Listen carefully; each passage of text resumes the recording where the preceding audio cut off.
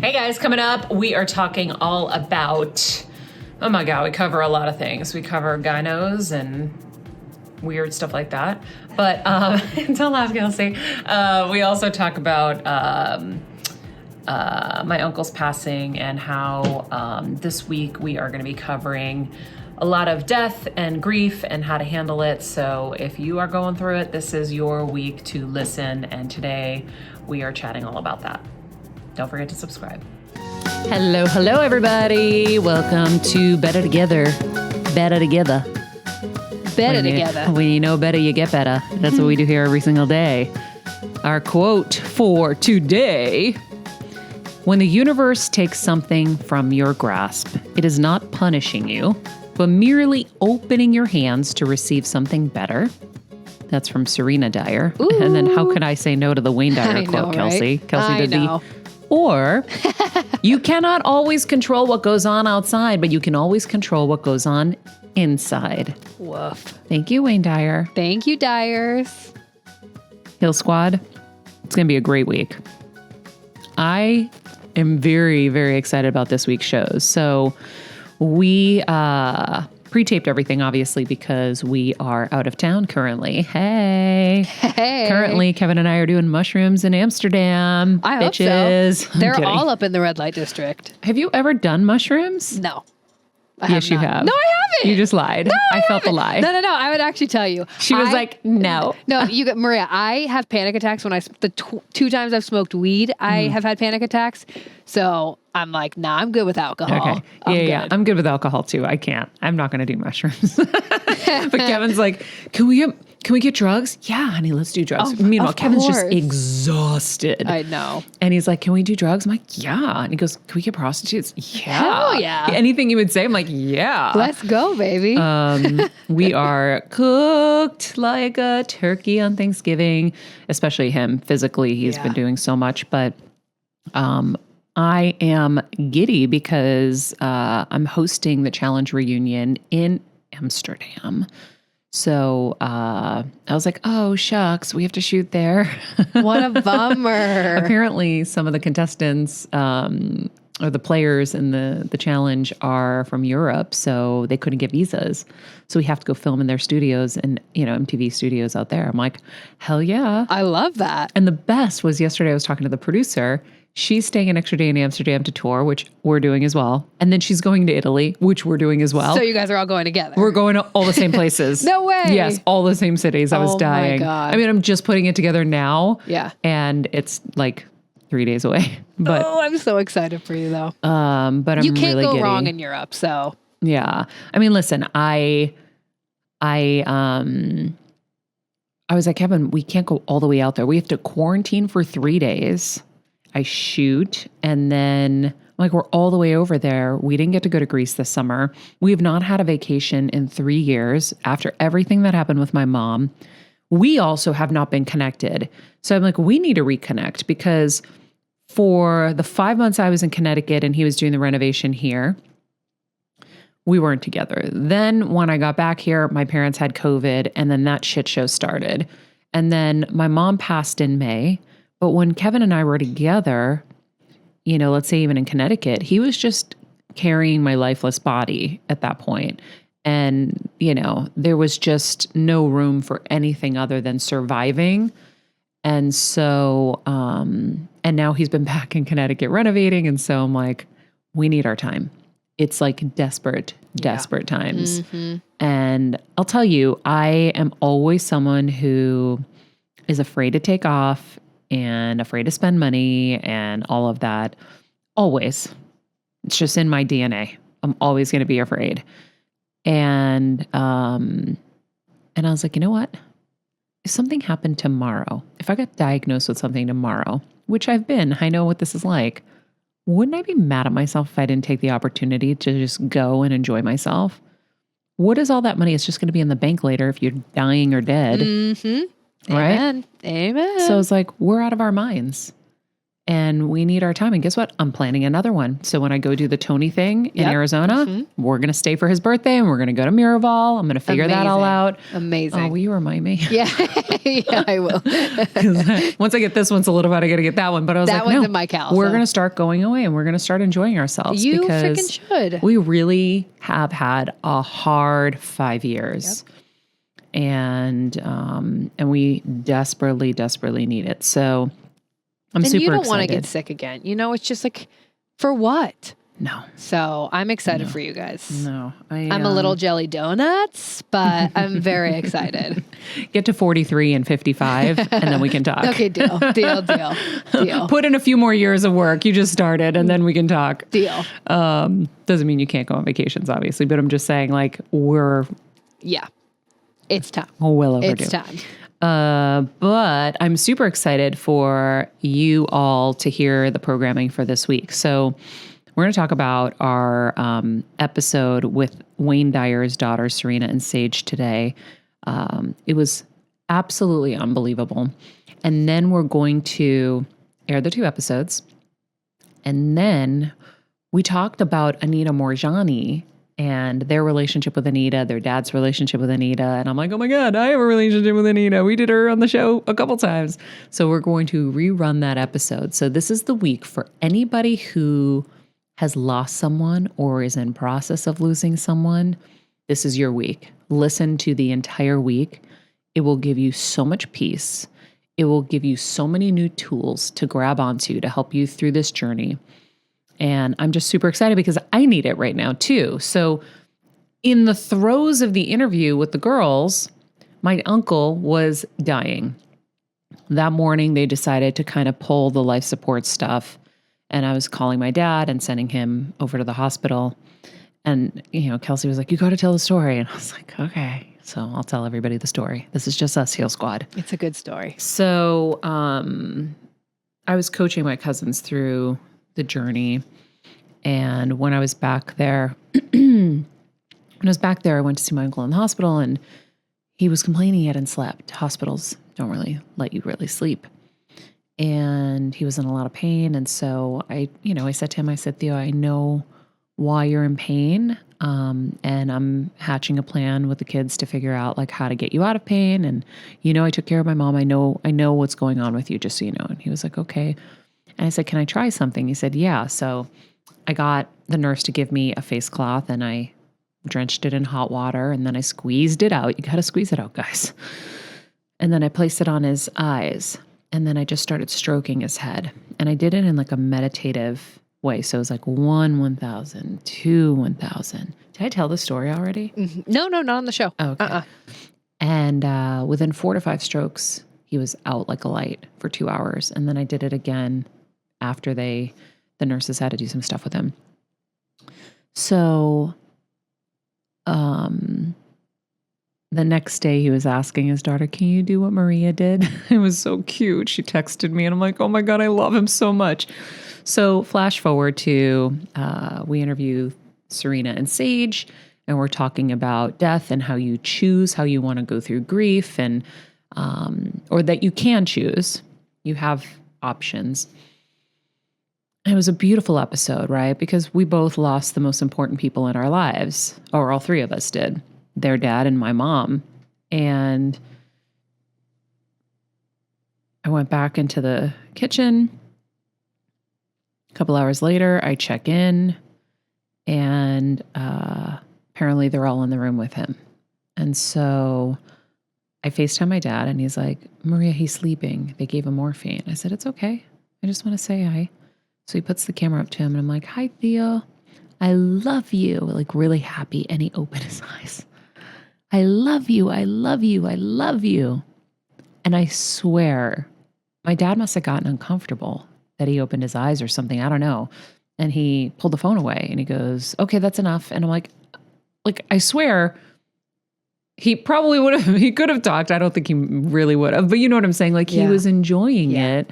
He was alert. And then I hung up and within 15 or 20 minutes, he had passed. And so I immediately started praying and I was praying for him to, have a good ascent. And I heard him giggling, and I heard him say thank you like twice, might have been 3 times, but I heard him giggling and in his giggle. And I was like, oh, this is cool. Okay. And, Violetta came into the kitchen, and then you come into the kitchen, Kelsey. And I'm telling Kelsey this story because I was like, oh my God, I can't believe he opened his eyes. It was like amazing. My dad's caretaker texted me and said, no, he opened his eyes for you. He was asleep before. And I was like, oh, wow. So I'm telling Kelsey this live. And all of a sudden, Max, my shepherd, starts going ballistic on us, diving on us, pulling my hand, biting at my hand and pulling me like Lassie would. Like jumping up on us. And remember, I was like, I did say at one point, Lassie, where are you taking me? Where's the danger, Lassie? Yeah. And I literally said, where's the danger, Lassie? Because I always wanted Lassie to save me. And so he's doing this, and I'm like, I don't know what to do, guy. I don't know what your problem is. So then Violetta came back in the room. I go, Violetta, I feel like there's something going on here with my uncle and maybe even my mom. Something's going on here. And then I realized, oh, the only time Max has ever behaved like this is when he has super high anxiety on a walk. He gets really freaked out and he like jumps all over us and grabs us and begs us to take him home. And so he's never been like this in the house. I swear my uncle was in the room with me. He was in the room with us. Oh, yeah. And Violetta, all of you were like, yep. I had the chills all the way down my body because he was freaking out. Well, and nonchalantly, Violetta's like, oh, yeah. Like souls stay on earth. Like he definitely sees them. Violetta was just so cool and calm and collected about it. We were like, yeah. Like they kind of do their rounds. And I really think he came to say thank you. I do too. And I don't know. It makes me so emotional. It was really sweet. It was.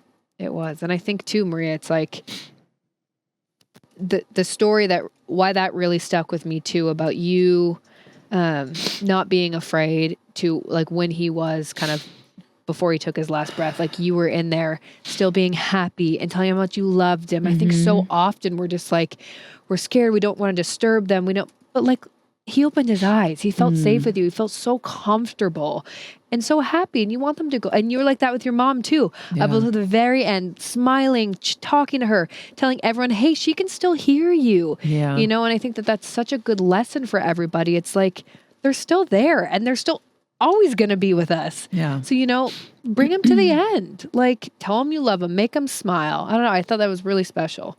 Yeah. I felt kind of like almost he felt like a little lifted in that moment. I don't know. No, I do too. Because, everyone there in the room understandably is going to be sad and crying and they're like basically saying goodbye. And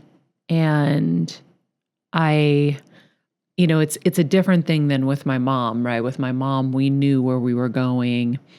In this situation, it kind of just happened quickly and it's a lot to grapple with really fast. So understandably, everybody's sad. But I think, I don't know, as I kind of look back, that's how I feel. I feel like he was like, okay, everything's going to be okay. I think so too.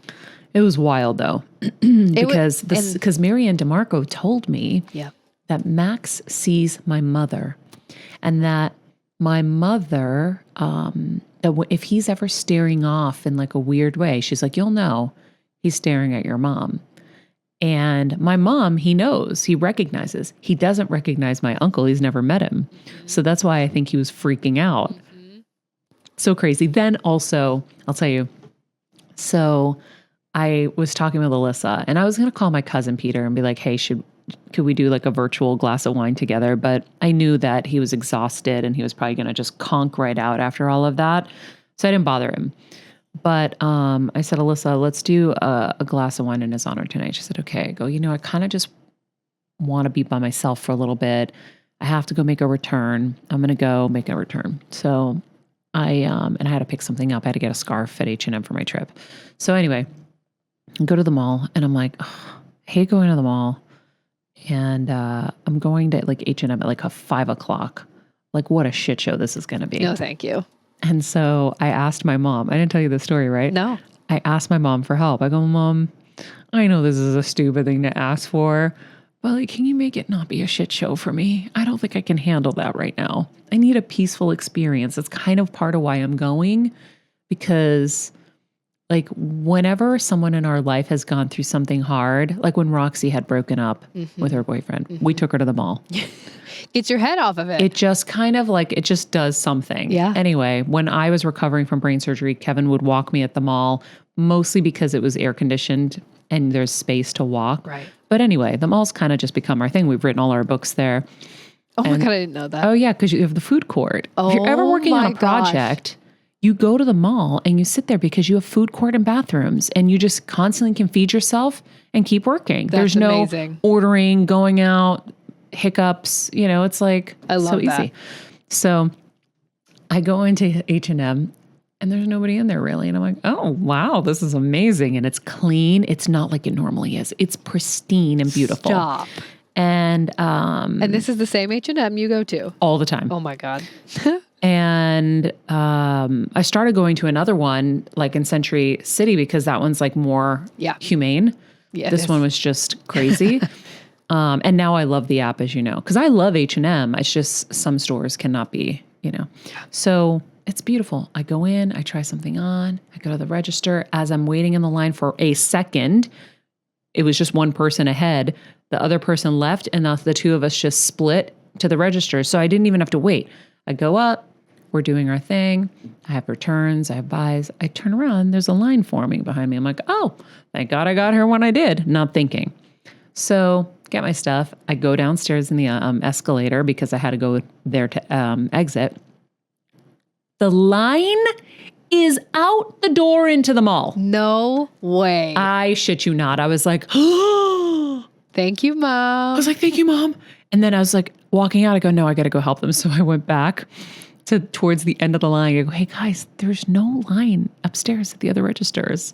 And they're like, you're awesome. oh my God, thank you. That's awesome. I was like, these people are going to be here all night. Yeah, no thanks. And so, yeah, so you can always ask your loved ones for a little bit of help. I've asked for parking karma with my mom. Mom, I'm really tired. Can you help me with a parking spot? Boom. That's so funny. I'll do that with my grandma too. Do you? Hey, yeah. My mom, I was doing something like that where it was like, hey, can you help me find a whatever? My mom was like, do not use it on that. And I was like, I can use it on however I want to use it, right? It's their choice whether they want to come through or not. Exactly.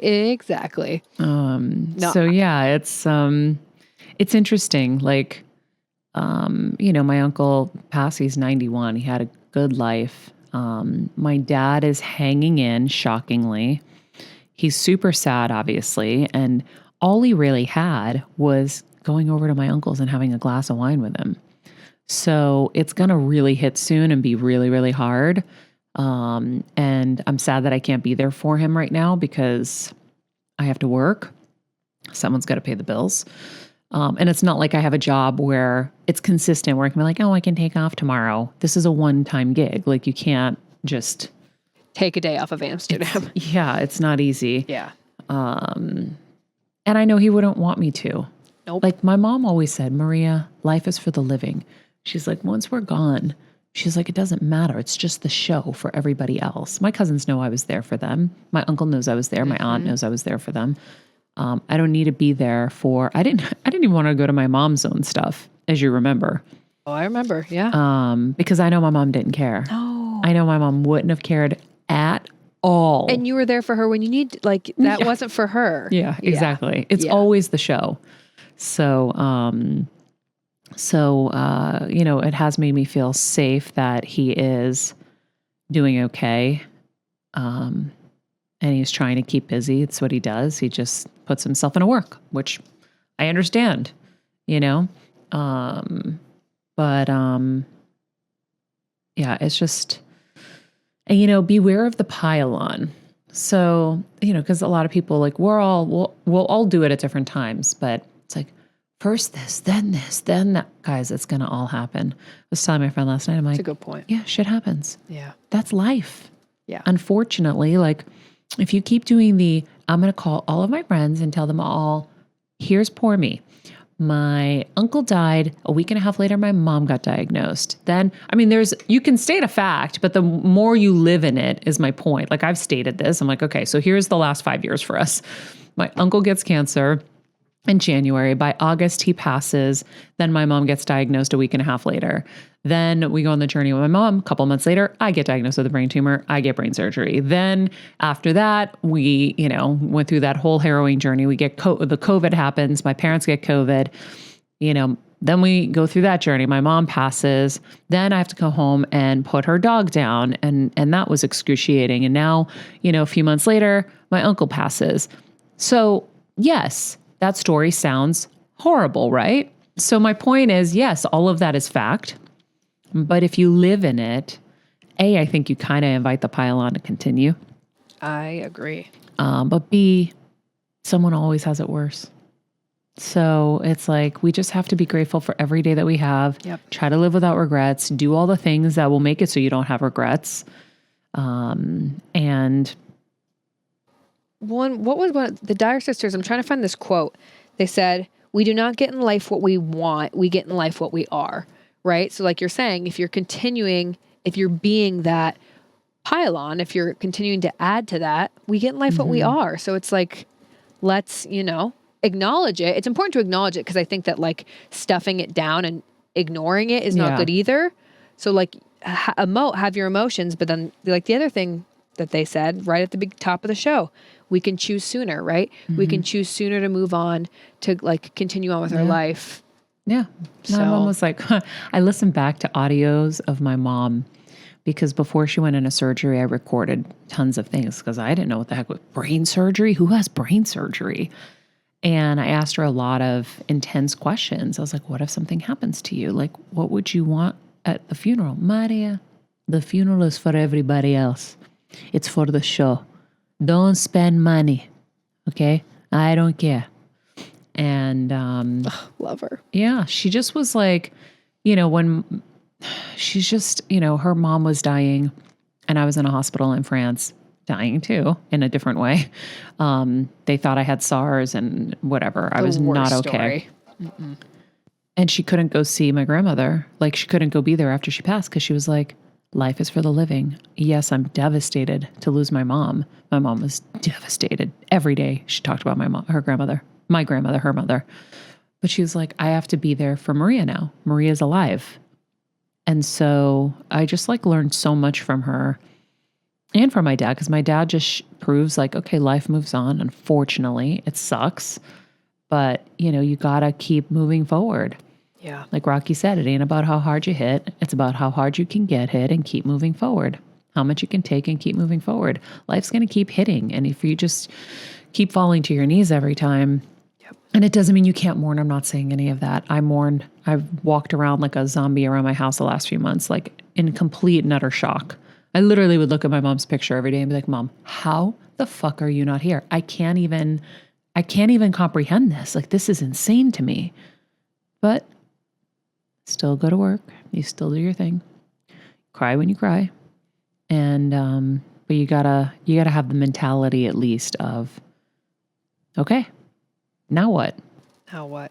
I want to know, Maria, for you with the Dyer sisters, were there a couple things that like really, really stuck out to you that you were like, oh my God, or either I do that too, or I connect with that? So much, but I don't want to ruin the episodes. Oh, good point. I guess this is before. I was like, don't give them the quotes, Kelsey. Sorry. That was just a little tease. Just a little tease. Okay, then here's my other question for you. Okay. So I think a lot of us with the whole like looking for signs with, because someone passes on and your relationship just changes with them. It's like they're still there, but it's different, right? So like for you with your mom, what are some things that you do or look for, or how do you ask? And we've talked about this a little bit before, but I would love to hear just kind of like how you see it and how your relationship has like, evolved. Well, that's really funny because I'm curious. Tomorrow is her 6 months. Oh. Because this is airing the 1st. Yeah.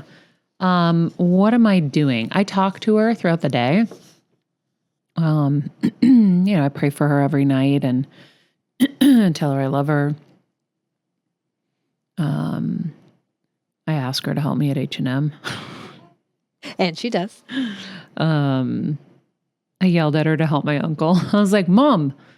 And she was like, there's nothing I can do, Maria. I think she said, I can't do anything. And I go, yes, you can. And so then he kind of took a turn the next day. And I'm like, okay, thank you. Let's go. But my cousin actually said she talked to my mom too and was like, I know you want him up there, but no. That's crazy. My mom, she loved him. Loved him.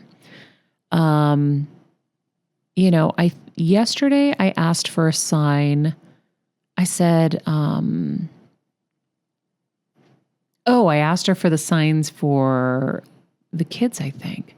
See, sometimes I ask and then I forget. So I'm going to have to re-ask her. Yeah, I don't remember.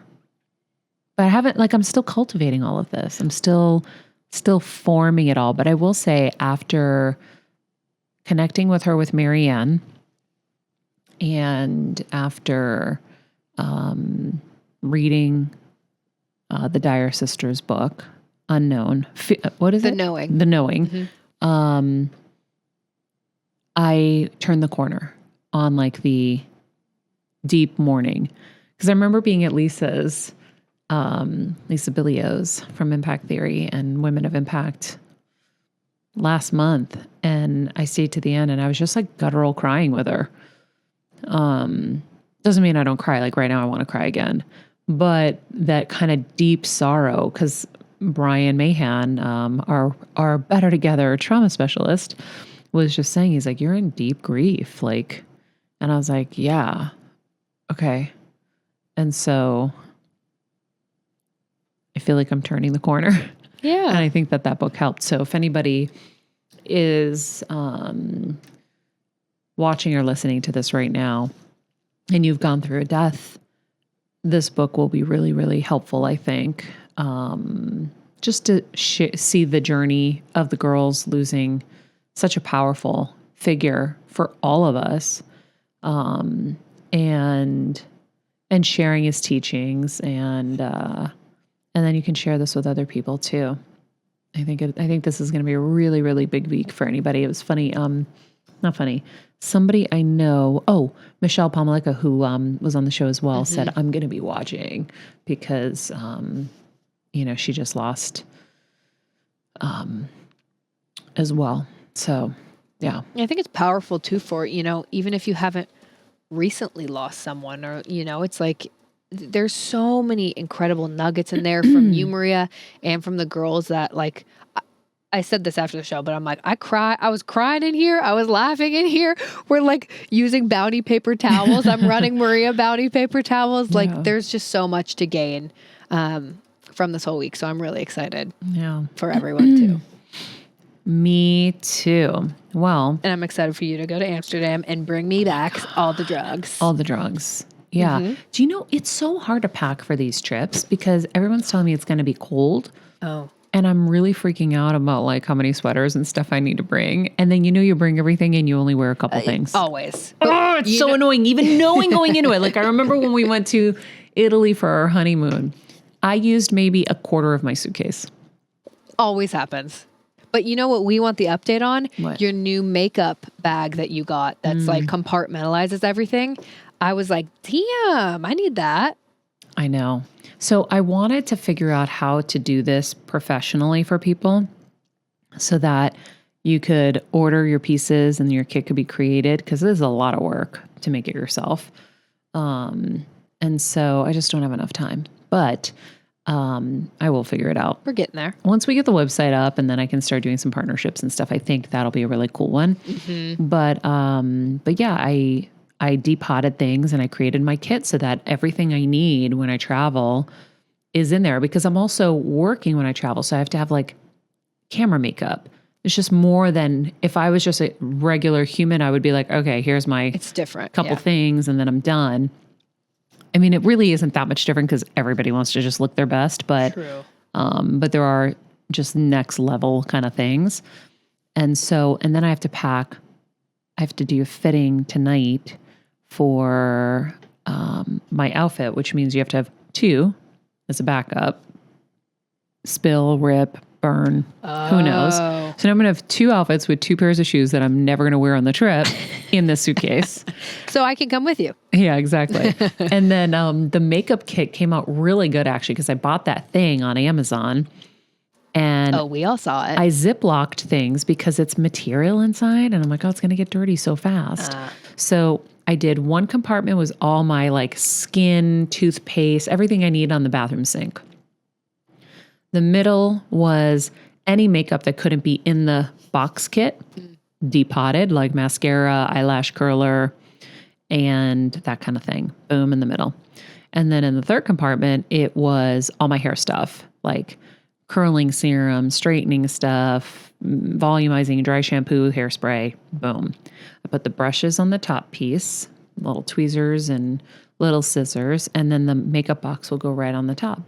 And then I just did a little pouch with like my medicines because you travel, I don't know, maybe it's just me. There's so many things to bring. What if I get a bug bite? I need my Benadryl. What if I, have an allergy attack? I need to bring my Zyrtec. And then what if like blah, blah, blah. So I've got my medicine bag. Right.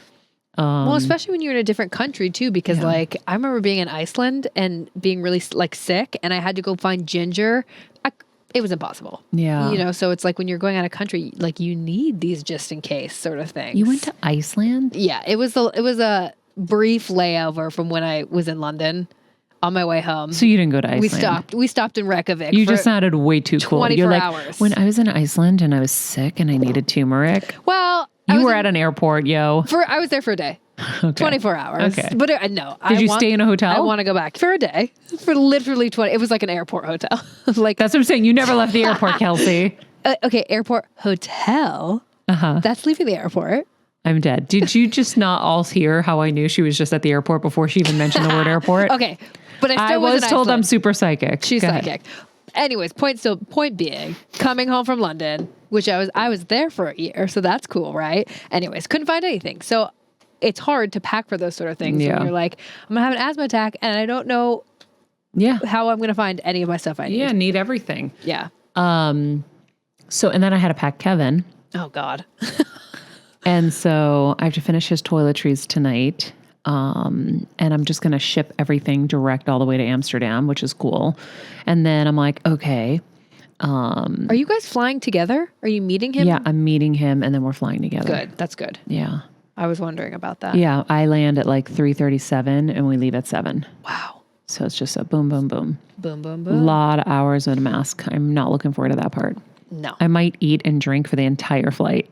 So I can have my mask off. And make sure to bring your Briotech so you don't break out. Oh, I'm spraying that Briotech everywhere. Yeah.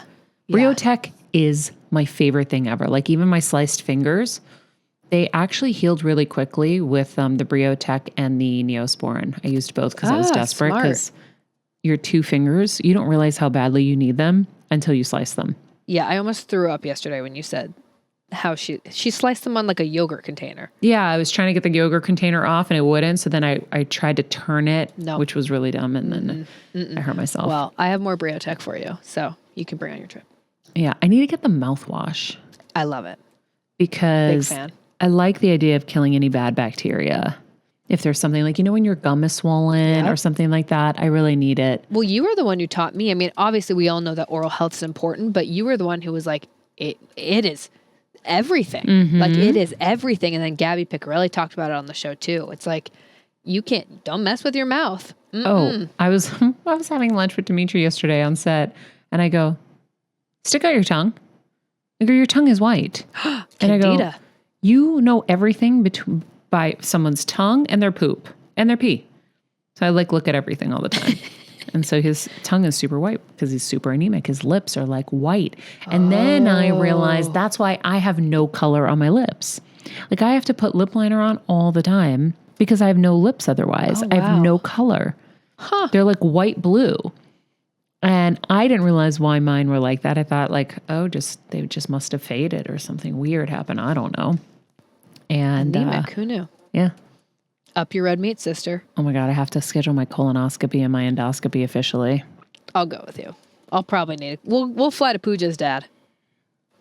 I don't want Pooja's dad looking at my butt. Okay, that's a good point. No, you know what the best is? Rachel's dad, God rest his soul. I was like, all your family is, they're all doctors. One's a colonoscopy doctor, whatever. The other one's, her dad's a heart surgeon. And I go, your people have seen all of our private parts.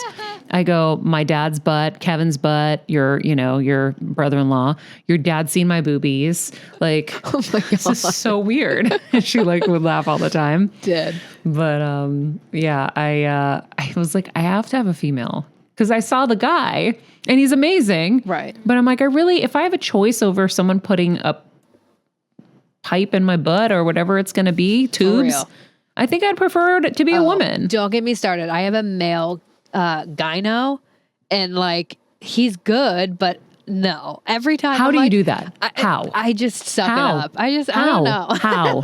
How? Just the thought of it puts me in a panic attack. I know. Every time I'm like, can I get a girl? Like, can I switch to a woman? And what do they say? She's always slammed. She's the one female over there, like in there. And I'm like, at whatever. UCLA? Yeah. In my little unit, whatever I go to. Go somewhere else. I know. Your insurance will take you. Yeah. He's all right. I can't even imagine. Scoot down. Okay, spread them wider. Literally. I would die. I die anyway, and it's a female. I don't want anybody in there. It's so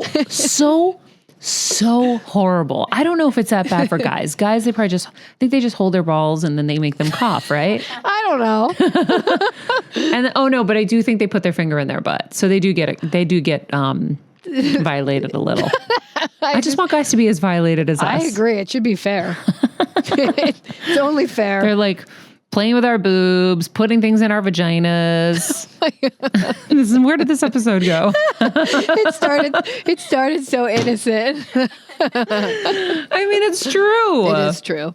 It is true. Pooja, do you have a male or a female gyno? She's like, I don't have one. I don't go. And now we're going to yell at you. Go ahead. No, I have a female gyno. If I had a male gyno, I think I'd also just die. Be unwell. I literally would be so unwell. I don't know how you do that, Kelsey. I don't know either. I'm literally having a panic attack inside of my body at the idea that you have a man, which now I'm going to get all the hate from all the male gynos. But I mean, I feel like they understand. Yeah. It's pretty understandable. Yeah. I mean, I have so many people who are like, oh no, I don't care. He's amazing. And I'm like, how? I mean, he's fine.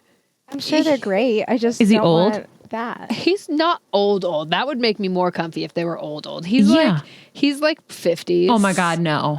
No. I mean, I think what makes me feel better about it is Dr. Airden was like, oh yeah, he delivered my kids and stuff. And so I'm like, I mean, the thing is they've seen so many, they don't care. But yeah, I don't know. I just try and block it out every time. I don't want to get in your head about it. I'm glad that you're happy and it's okay. I mean, it's whatever. I have lots of traumas. I can't. Yeah. Literally can't. No. Well, I'll keep you guys posted on the journey. Maybe I'll find a female. Oh my God. We'll help you find a female. I'm getting uncomfortable even thinking about that. I literally can't believe you do that. It's awful. No. Yeah. It's the worst. It's hard being a girl, you guys. It really is. It really is. We deal with a lot. A lot. Where did this episode go? Oh my God, wait. I have a great story speaking of being a girl. You guys are going to lose your mind. This is like slightly off topic, but like kind of still on topic. I have a friend who's a teacher, right? And she teaches kindergarten. And she had a dad come in the other day and tell her that but they hadn't even like started school or whatever, and not the other day. So this must have been a couple months ago. And he told her that he does not want to teach. He doesn't want her to teach his son anything that's like going to be anti-white male. And she was like, wait, what? And he was like, I'm just prefacing this before you start school, like that, white males are like being, ostracized right now or whatever. And I don't want you to teach anything. And she was like, this is kindergarten.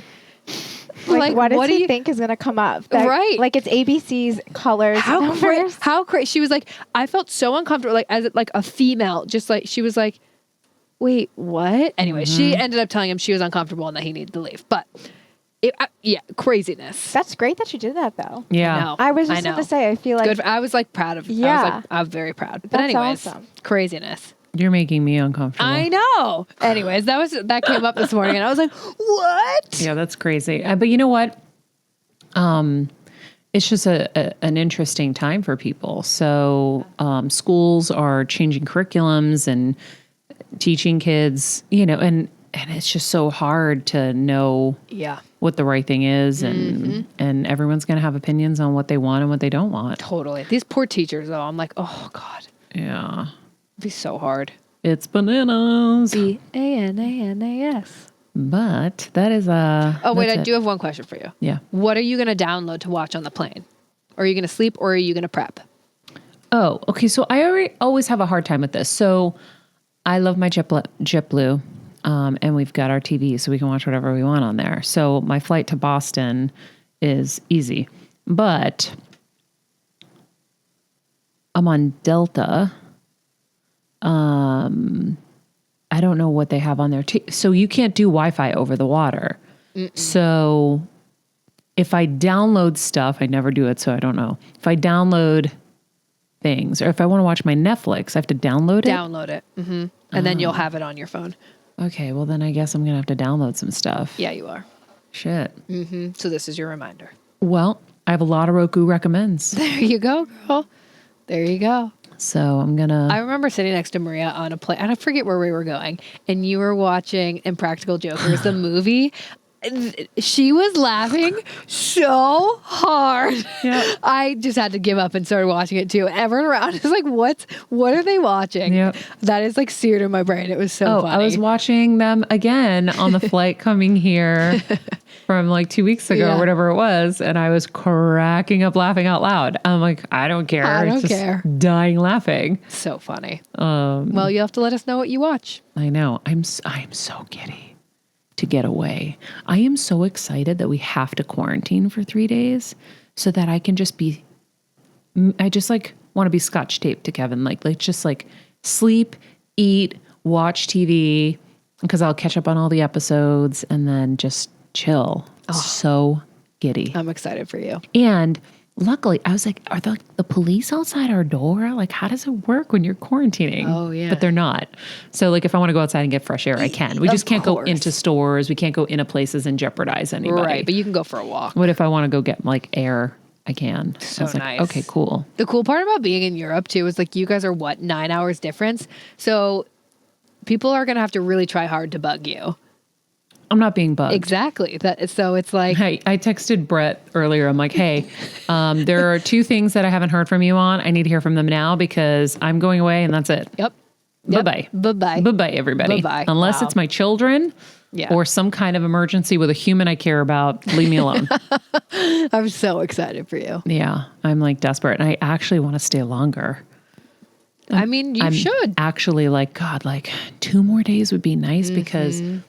the way we're doing it, it's like 2 days here, 2 days there, 2 days there, 2, 4, 6, and then that's you're a gone. fast turnaround. That's a lot of fast. Yeah. So I feel like I might need to add 2 days so that I can do 3 days in the first place, 2 days in the middle, 3 days on the end. And then you're ready. That's the best. Like when you're actually ready to go, you're never really ready, but if you stay long enough, then it's like, okay, I want to go home and see the babies. I want to get back to stuff. When it's too quick, then you just like regret it and you're like, ugh. Yeah. So I think that's a great idea. Yeah. And I'm going to sneak into a suitcase. I know. With Winnie. Me too. Make sure my children are okay. Kelsey's going to babysit with her friends. I am. We're so excited. And Auntie Violetta. I mean, we've got an army here. Winnie and I are going to snuggle all day, just like good old times. Oh my God. I'm excited. Like too fun to just like chill. I know. It's great. All right. Well, everybody, we covered a lot of things today. We really did. Forgive us for our crassness. If you haven't joined us on Patreon, we just had a really, really great heal event. So every month we do these heal events led by one of the amazing guests that we have. So Yogini, Jama. Excuse me. My inhaler is killing my throat. Oh. We did another heal event. Damn. With Yogini Jama. Do you hear it? I do. Your throat's like, we're done. Yeah. We did a heal event with Yogini Jama, guys. And she introduced everyone to Yoga Nidra. And of course, my uncle literally had just passed.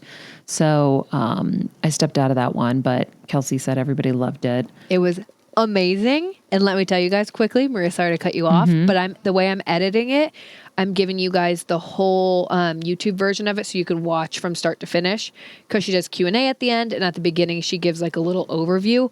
But I'm also editing just the audio of the Yoga Nidra for you guys, so you can save that to your phone and just listen to the audio. That's the best. Every night. Oh, so awesome. So if you haven't joined us on Patreon, $10 a month. $10 a month. That's like 2 Starbucks coffees. Which you guys know I don't really drink Starbucks, but I have it today. 2 coffees, $10 a month gets you ad-free shows, an extra bonus show a week, and the monthly heal events. So do not miss the opportunity, because at some point we're going to shut those doors and keep it and try to give that kind of exclusivity to you guys. And then we're going to have to up that a little bit at some point. So jump in now while you can. It's a really great community, really great group. It's like the Super Heal Squad. So come join us. Click the link tree in my Instagram or Better Together with Maria's. In the meantime, before my voice craps out on me, be nice people, make good choices, and be present.